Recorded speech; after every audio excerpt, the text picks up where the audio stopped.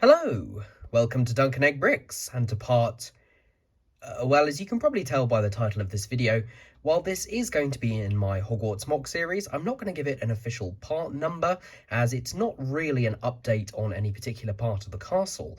Rather, this is a sort of second part to the post I made a few days ago. For those of you that didn't see it, I just made a post basically talking through some of my ideas that I've been having about the castle and about my LEGO display in general, and putting forward some ideas that I've been having. And I also included a poll on that as well, so thank you to everyone who voted on that.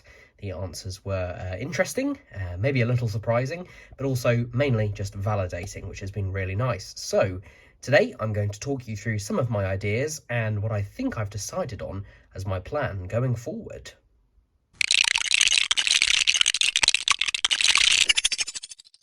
So as you can probably tell, we are in the Lego room, or the spare room as it probably should be called, and I'm actually on the floor at the moment, down at the level of my Hogwarts MOC. Do excuse the slightly random colours on parts of the grand staircase tower up here. I've just been playing around with some interior modifications. That's not actually part of this video. So yeah, here I am down on the floor, and what we're looking at here is the sections of my Hogwarts MOC, or the main sections of it, with the Great Hall and various bits and pieces over there, all the way down to the bell towers. There are, of course, other sections on other shelves, including the clock tower, various bits of ground, and then associated things like Hogsmeade. Now, the way that I display my Hogwarts at the moment, and indeed all of my Lego, is on some IKEA Billy bookshelves. In particular, I've got two of the 50cm deep ones, one of the 30cm deep ones, and then another 30cm deep one that's only half height. And apart from a couple of other shelves, that is all the space that I have. And the main thing about this Hogwarts MOC, and it's just a feature of the way the castle is laid out, is that it's not the most efficient user of space. You can see that given the fact that there are some tall towers, such as the Grand Staircase Tower over here, and then the central bell towers and astronomy tower over here, there's quite a lot of dead space above the castle. In fact, it's meant that there's actually a shelf missing. I have two spare shelves that are meant to go sort of this level, and I haven't been able to put them in, and therefore that's cut down the amount of Lego that I've actually been able to display. And given these two shelves, the shelf that's got the clock tower on it, the shelf with the grounds, the shelf with the Quidditch pitch, and Hogsmeade, they're basically taking up 7 shelves purely devoted to just Hogwarts stuff, and that's not even all the Harry Potter stuff. So my dilemma is really this, and this is what I outlined in the post. Am I making the best use of the space? Is this the best way to display my Hogwarts? And am I enjoying it in the way that I should? Because ultimately, this is something that I've built for fun, for myself, that I get, great pleasure sharing with you guys, but ultimately I have to be happy with how it is.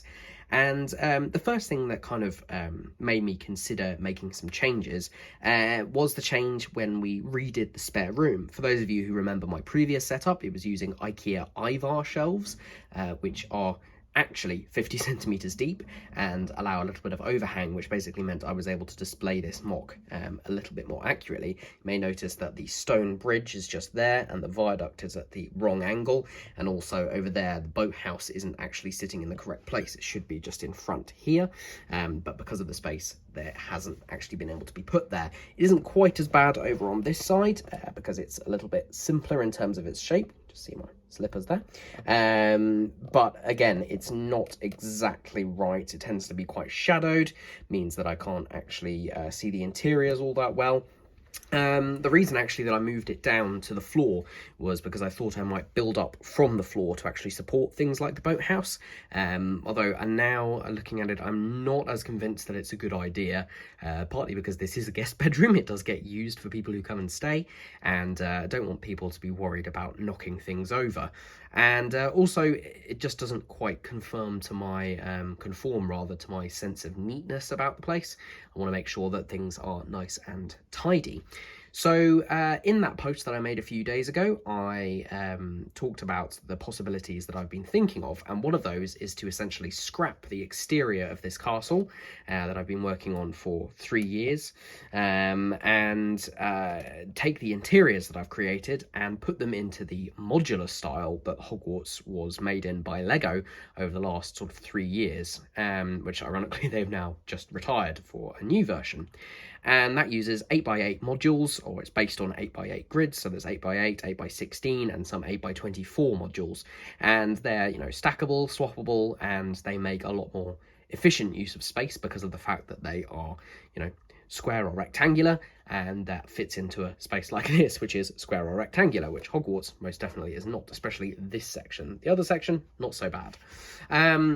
And I thought about that, outlined those plans. I have played around with some stuff. It was interesting actually. I thought people would be up in arms and saying, no, don't change anything. And some people did. But a lot of people were saying, either go for it or try it out and show us. And I'm not actually going to show you any physical models that I've built because I've been playing around with it on Studio. What I might do is put a couple of screen grabs from Studio. I did some work with Umbridge's office because that was a fairly easy one to transfer furniture and things over. And while it looks decent, I did have to make some compromises, and ultimately, I don't think that it was the right thing for me to do. But I have come up with a plan, and I want to know what you guys think about it, because I've done a little bit of experimenting, both physically and also in Studio as well, and I think it has the potential to be a really good idea. Now, one of the other things that I really wanted to do was show the interior, because this Hogwarts has a full interior, or at least it's going to when it's finished, and at the moment I don't really get to see it, and it is a bit of a faff to swap everything round. I have occasionally turned the entire castle round, kept it in the same formation and all the buildings connected together, but again, it still is an awkward shape and doesn't really fit properly. So my plan is, rather than scrapping what I've got, because that would be a crying shame, because I really like the work that I've done, what I'm going to do is I'm going to make it modular in a slightly different way. So it's already modular in that the buildings can be split from one another, but what I'm going to do is take some of the really tallest bits, so for instance the top of the grand staircase tower, some of the various spires and things on these buildings, same with the central tower and bell towers, and I'm going to make them detachable.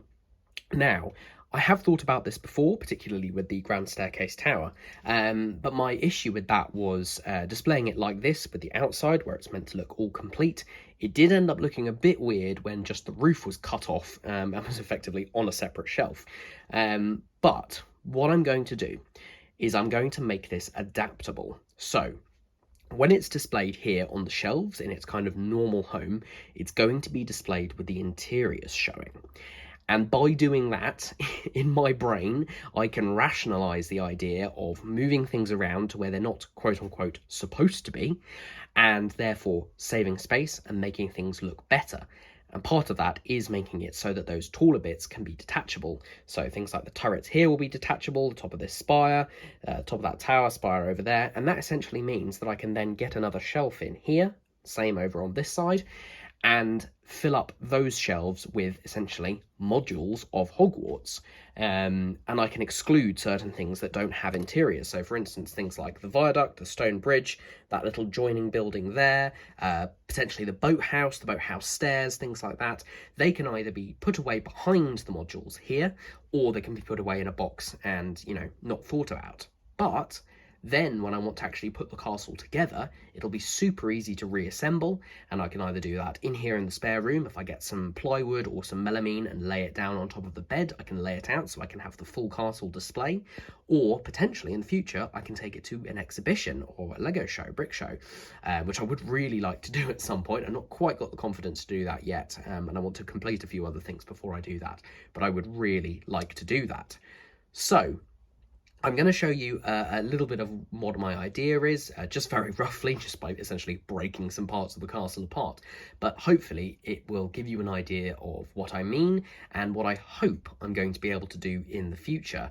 And essentially have my cake and eat it too, by getting those interiors that I want, but also being able to display the castle in a way that makes me really proud of the work I've done on the outside. So I'm going to do some disassembly and some moving around and show you what my ideas might be able to achieve. I've had a play around and done some very crude changes.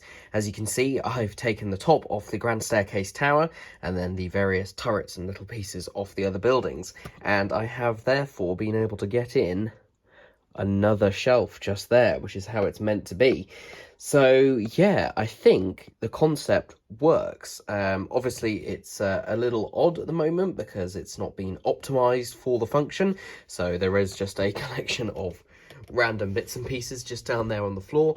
Haven't quite figured out what I'm going to do with the Hufflepuff common room and the entrance courtyard, and then obviously the other bits and pieces can go on a different shelf or behind, but I think the basic idea is there because what I've got here is something very similar to what I would have if I did the modules, because I'd want to keep things like the Great Hall in the kind of size that they are, because I wouldn't want to compromise too much. So ultimately I think that this is what I'm going to do. It also means I can move this so it doesn't have to be right down at the bottom. I can move things around and be a lot more flexible. So yeah, I think I'm convinced. I think this is what I'm going to go for. I'm going to try with the other parts of the castle as well, just, seeing whether it works with that as well. And then, yeah, make that my kind of next project. I am also going to be doing some other updates, so have no fear, there will be newer parts of the castle coming as well. But as I design new parts, I will keep this idea in mind to make sure that everything is flexible and adaptable. So thank you very much for watching. Thank you for all your patience. I know it's been a little while since I've put anything out, but yeah, it really means a lot to me when so many people vote on the poll and, give comments and advice and things. So any comments and suggestions would be greatly appreciated on this video as well. If you want to subscribe, that would be fantastic for future updates on this project and other videos, and leave the video a like down below as well. That would be really helpful, and you can also support me on my Patreon if you wish to. Thank you very much, and I will see you again very soon.